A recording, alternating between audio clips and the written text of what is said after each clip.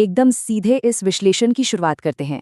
Imagine कीजिए, अप्रैल 2026 का वक्त है। अर्जेंटीना से एक बेहद शानदार क्रूज जहाज निकलता है, लेकिन अचानक ही वो सफ़र एक भयानक सपने में बदल जाता है और इस पूरे रहस्य के केंद्र में है एक नाम, हंता वायरस। तो चलिए इस घोस्ट शिप मिस्ट्री को डिकोड करते हैं और समझते हैं कि आखिर ये हंता वायरस है क्या। कहानी कुछ ऐसे आगे बढ़ती है। 1 अप्रैल को ये जहाज उशवाया से 150 पैसेंजर्स को लेकर निकलता है। सब कुछ बिल्कुल नॉर्मल, लोग छुट्टियां एंजॉय कर रहे हैं। लेकिन 11 अप्रैल को अचानक एक डच पैसेंजर की बुखार और सांस की तकलीफ की वजह से मौत हो जाती है। बात यही नहीं रुकती।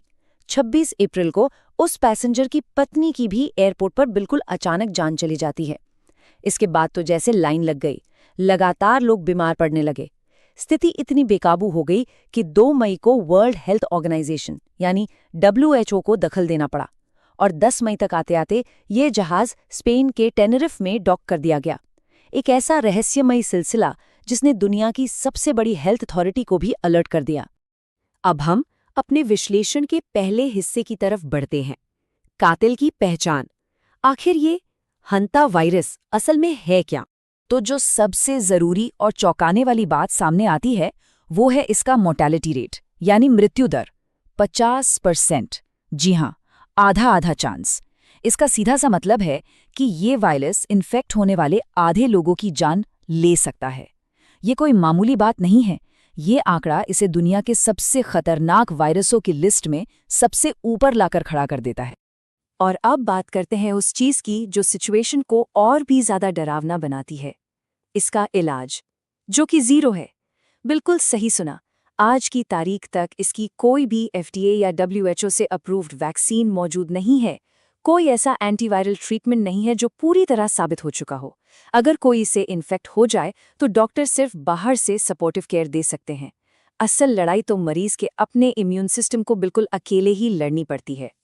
ये समझना भी बहुत दिलचस्प है कि ये वायरस अलग अलग भौगोलिक क्षेत्रों के हिसाब से शरीर पर 2 बिल्कुल अलग और खतरनाक तरीकों से हमला करता है। दरअसल हंता वायरस कोई एक वायरस नहीं है, ये एक पूरी फैमिली है। अगर हम एशिया और यूरोप की तरफ देखें तो ये HFRS के रूप में सामने आता है, जिससे इंसान की किडनी फेल हो जाती है और शरीर के अंदर ब्लीडिंग शुरू हो जाती है। लेकिन वहीं दूसरी तरफ नॉर्थ और साउथ अमेरिका में ये HPS का रूप ले लेता है। इसमें फेफड़ों के अंदर तेजी से पानी भर जाता है और मरीज की दम घुटने से मौत हो जाती है। तो चलिए अपने विश्लेषण के दूसरे हिस्से पर चलते हैं, दशकों का इतिहास। देखते हैं कि इस वायरस का पुराना रिकॉर्ड क्या रहा है, क्योंकि ये कोई नई बीमारी नहीं है।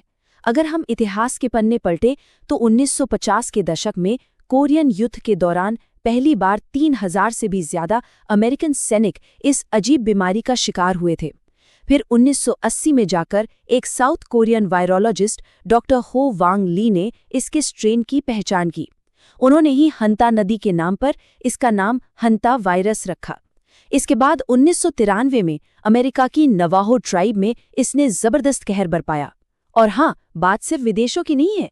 2005 से 2008 के बीच हमारे अपने देश भारत में तमिलनाडु के वेल्लोर में भी इसके 28 कन्फर्म्ड केस मिले थे। ये केस खास तौर पर क्रॉनिक किडनी के मरीजों और चूहे पकड़ने वाली इरुला जनजाति के लोगों में देखे गए। अब यहाँ एक बहुत ही अमेजिंग पर्यावरणीय कनेक्शन सामने आता है, जिसे 1993 में नावाहो ट्राइब के बुजुर्गों ने नोटिस किया था। इसे अल नीनो कनेक्शन कहते हैं। होता क्या है कि जब अल नीनो के कारण बहुत भारी बारिश होती है तो चिलगोजे यानी पाइन नट्स की पैदावार अचानक से कई गुना बढ़ जाती है। अब पाइन नट्स तो चूहों का एकदम फेवरेट खाना है, तो इतना सारा खाना मिलने की वजह से चूहों की आबादी में एक जबरदस्त विस्फोट होता है। और सिंपल सी बात है, जितने ज्यादा चूहे होंगे इस वायरस के इंसानों तक पहुंचने का खतरा भी उतना ही ज्यादा बढ़ जाएगा। और इसी से जुड़ा है हमारा तीसरा भाग, ट्रांसमिशन पहेली। आखिर ये वायरस एक से दूसरे तक फैलता कैसे है? दशकों तक वैज्ञानिकों का एकदम पक्का मानना था कि ये वायरस सिर्फ और सिर्फ चूहों से इंसानों में आ सकता है, इंसानों से इंसानों में नहीं। लेकिन फिर एंडीज वायरस ने एंट्री ली और इस सारे नियम को ही तोड़ के रख दिया। 1996 में अर्जेंटीना में जो आउटब्रेक हुआ उसने ये साबित कर दिया कि पूरी हंता वायरस फैमिली में एंडीज इकलौता ऐसा स्ट्रेन है जो एक इंसान से दूसरे इंसान में फैल सकता है। हालांकि ऐसा होना बहुत ही रेयर है, लेकिन जो लोग मरीज के बहुत करीब रहते हैं उनमें इसके फैलने का चांस बिल्कुल होता है। और यही वो मिसिंग लिंक है जो हमें वापस उस क्रूज जहाज वाले रहस्य से जोड़ता है। याद है वो डच कपल जिनकी जहाज पर सबसे पहले मौत हुई थी? मार्च 2026 में वो कपल उशवाया में एक बर्ड वॉचिंग टूर पर गया था। वहां वो गलती से एक ऐसे लैंडफिल यानी कचरे के ढेर के पास चले गए जहां बेहिसाब चूहे थे। बस वहीं से उन्हें ये एंडी स्ट्रेन मिल गया, और क्योंकि उन्होंने उसके तुरंत बाद वो जहाज बोर्ड कर लिया, तो ये इंसान से इंसान में फैलने वाला वायरस उस क्लोज्ड स्पेस में बाकी पैसेंजर्स तक भी आसानी से पहुंच गया। अब हम आते हैं अपने चौथे और सबसे क्रूशल भाग पर, निष्कर्ष। क्या ये हंता वायरस हमारी अगली वैश्विक महामारी बनने वाला है? आज अगर हम न्यूज़ देखें तो हर जगह एक ही सवाल गूंज रहा है, क्या हंटा वायरस सच में अगला कोविड बन सकता है? क्या हमें फिर से घरों में कैद होना पड़ेगा और दुनिया भर में लॉकडाउन लगेंगे? चलिए बिना किसी डर या पैनिक के सिर्फ और सिर्फ सॉलिड डेटा के आधार पर इसका सच जानने की कोशिश करते हैं। जब हम हंता वायरस की इस एंडी स्ट्रेन को कोविड या फ्लू जैसे हवा के फैलने वाले वायरसों के सामने रखते हैं, तो दो बहुत बड़े और राहत देने वाले फर्क साफ नजर आते हैं। पहला तो ये कि हंता वायरस हवा में नहीं फैलता। इसके ट्रांसमिशन के लिए बहुत ही करीबी और लंबे शारीरिक संपर्क की जरूरत होती है। दूसरा, और ये पॉइंट सबसे ज्यादा जरूरी है, इसकी ट्रांसमिशन विंडो बीमारी शुरू होने पर सिर्फ 1 दिन की होती है, जबकि अगर आपको याद हो तो कोविड में ये विंडो 14 दिन तक की हो सकती है। इन्हीं 2 वजहों से इस वायरस के ग्लोबल महामारी बनने का रिस्क फिलहाल बहुत ही कम है। और इसी के साथ हम पहुंचते हैं अपने आखिरी भाग पर, बचाव के तरीके। हमारी ढाल क्या होनी चाहिए? देखिए, भले ही इसका ग्लोबल रिस्क कम हो, लेकिन 50% मृत्यु दर और आने वाले अल नीनो मौसम को देखते हुए इसे हल्के में तो बिल्कुल नहीं लिया जा सकता।